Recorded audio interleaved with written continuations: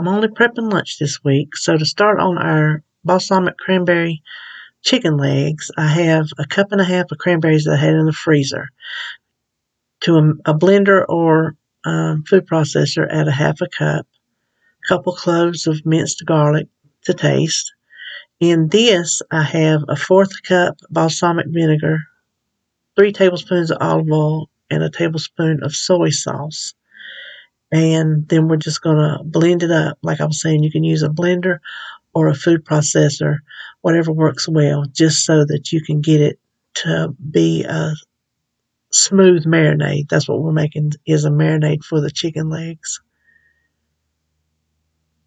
Now I have 10 legs. Use 8 legs or thighs, but my pack came with 10, so that's what I'm going to do. Just squish it all together and put it in the fridge for half hour to an hour before we actually make it.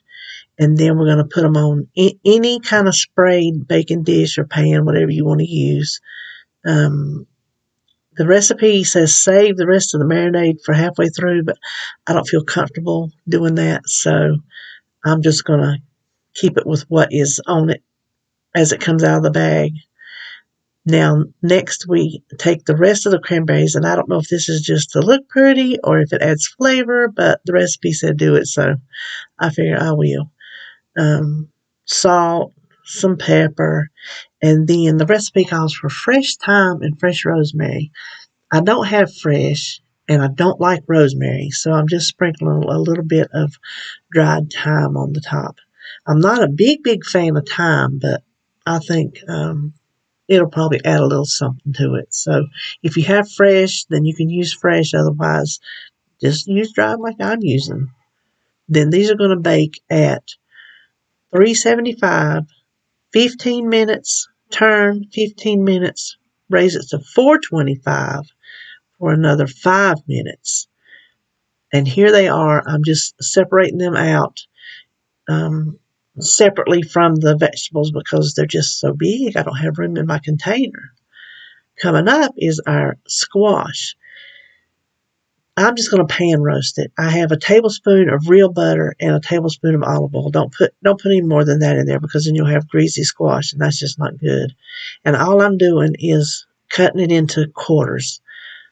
You can slice it however you like, but I want a little bit of, I want some texture to mine.